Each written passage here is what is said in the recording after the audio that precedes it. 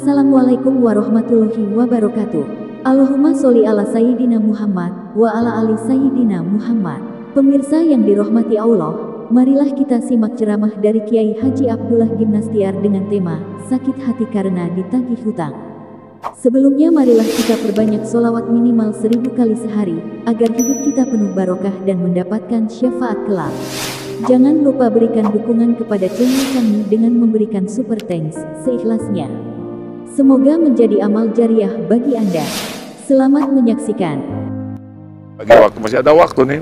Bagaimana menyikapi orang yang lagi utang tapi kata-katanya menyakiti sekali? Menagih utang, ya dia nagih utang ke kita, kata-katanya menyakiti. Atau itu namanya resiko men. Resiko kalau kita berhutang. Ya, tapi tagihnya yang baik-baik dong. Idealnya begitu. Ya, gini rekan-rekan ya. Kan kita tuh ngarep-ngarep, coba kalau nagih itu yang sopan ya.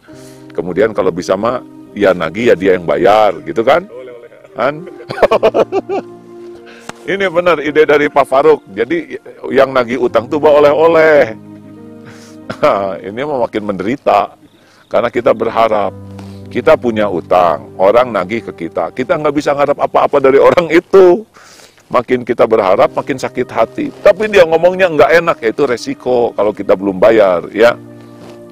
Nggak usah sakit hati. Ini anggap aja sebagai kafarah menggugur dosa kita, karena mungkin kita punya kelalaian membayar utang. Memang paling nggak enak kalau punya utang itu ya.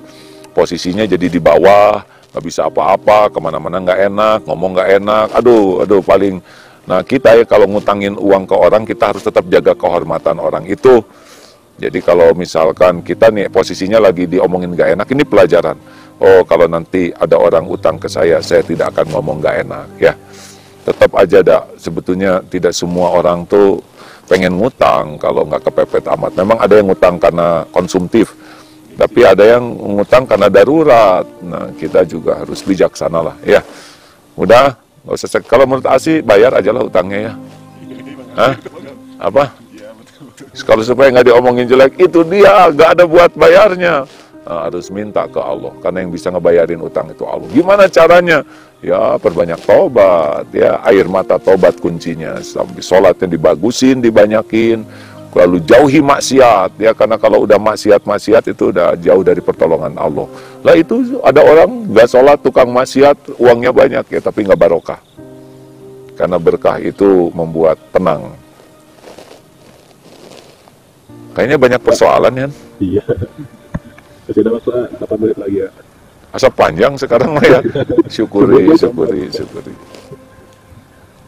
Cara terapi terlepas dari kemelekatan seperti apa? Copot. Gini ya, jadi yang membuat kita menderita lainnya adalah kemelekatan. Lengket. Kalau ada yang lengket selain dari Allah di hati kita, kecenderungannya kita menuhankan yang lengket itu. Jadi caranya gimana? Kayak perangko lengket sekali, dicabut robek. Caranya diolesin pakai ini kalau diinfus ya, kalau dicabut sekaligus tuh. Waduh, si plesternya tersakit. Tapi diolesin pakai apa? Ya minyak ada atau pakai apa yang adalah cairannya itu lama-lama copot. Nah diolesin. Cara ngolesinnya adalah dengan banyak istighfar, banyak doa, banyak zikir. Terus aja, tiap ingat ke yang melekat, langsung ingat ke Allah. Ini titipan Allah, ini amanah Allah. Jadi sekali ingat ke yang lengket, langsung diingat Allahnya lebih banyak. Itu misalkan apa? Yang melekat apa? Seru kira-kira, kan? Faruk apa sekarang yang paling melekat di hati? Sepeda udah dijual. Sepeda kemarin juga. Ingat kuda itu ya. Aduh kuda. Sampai akhirnya kudanya meninggal ya. Itu mau dicabut aja oleh Allah sekaligus. Udah lepas ya.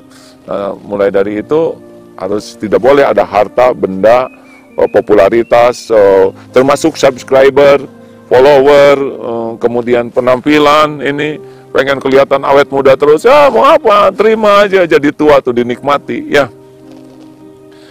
Istri atau calon istri, ya tenang, kok langsung amin sih, ada yang mau menikah ya, ya doa yang terbaik, ya pokoknya mah Tiap ingat sesuatu, ingat ini adalah milik Allah, ini adalah amanah Allah. Allah lah penguasa segalanya, Allah lah yang menentukan segalanya.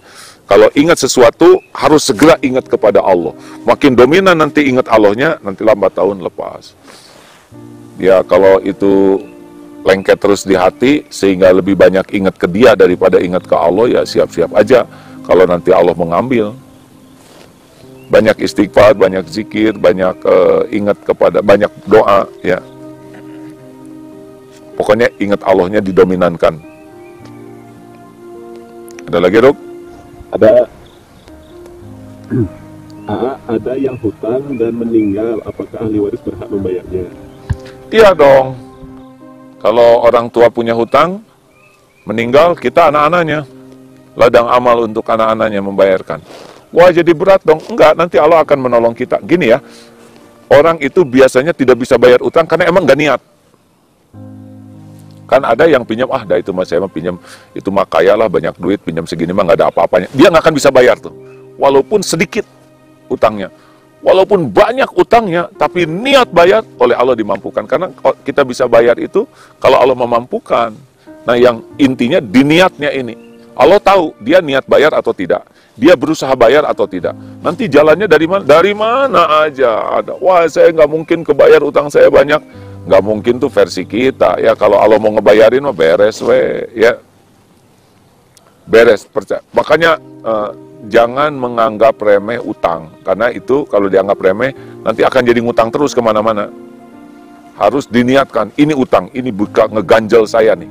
Kan Rasulullah juga gitu. Pernah ada yang meninggal.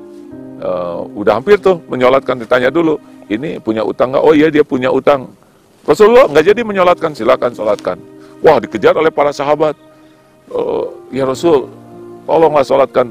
Tanya berapa utangnya? Kami nanggung, kami bayarkan, kata teman-temannya tuh ya. Lalu disolatkanlah oleh Rasulullah SAW. Rasulullah nanyanya punya utang atau tidak tuh. Makanya minta ke Allah supaya kita bisa bayar utang. Dari mana jalannya? Nggak usah kepikir sekarang. Nanti ada aja jalannya. Percayalah hadirin. Ya, ngalamin tuh ada dulu beberapa usaha yang salah kelola. Kemudian yang ngelolanya itu bubar.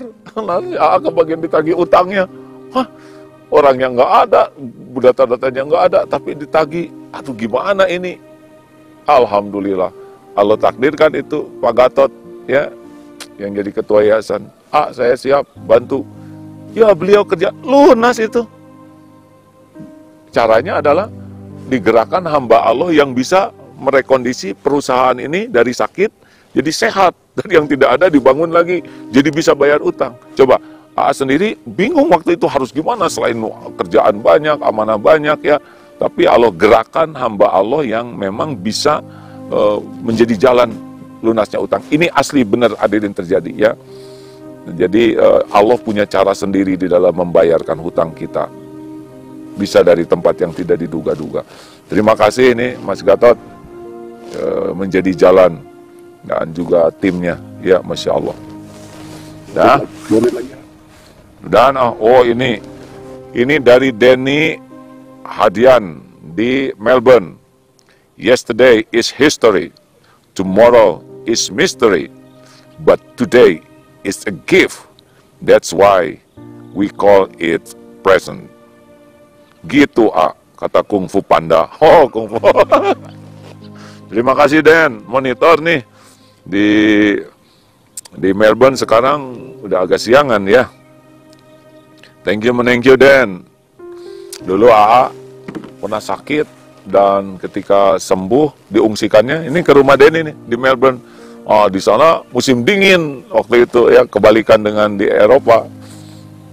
Suatu saat diajak sama Den ini ke pantai.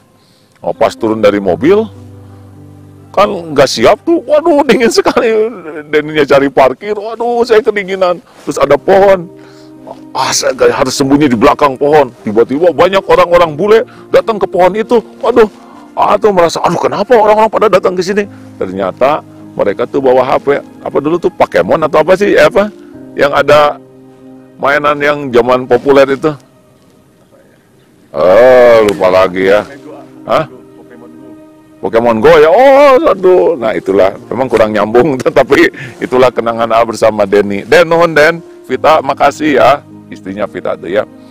Terima kasih sahabat-sahabat yang baik, memang kali ini kajiannya sangat rileks saja, tapi mudah-mudahan bisa ada manfaatnya. Ya, ayolah kita menjadi lebih baik dari waktu ke waktu.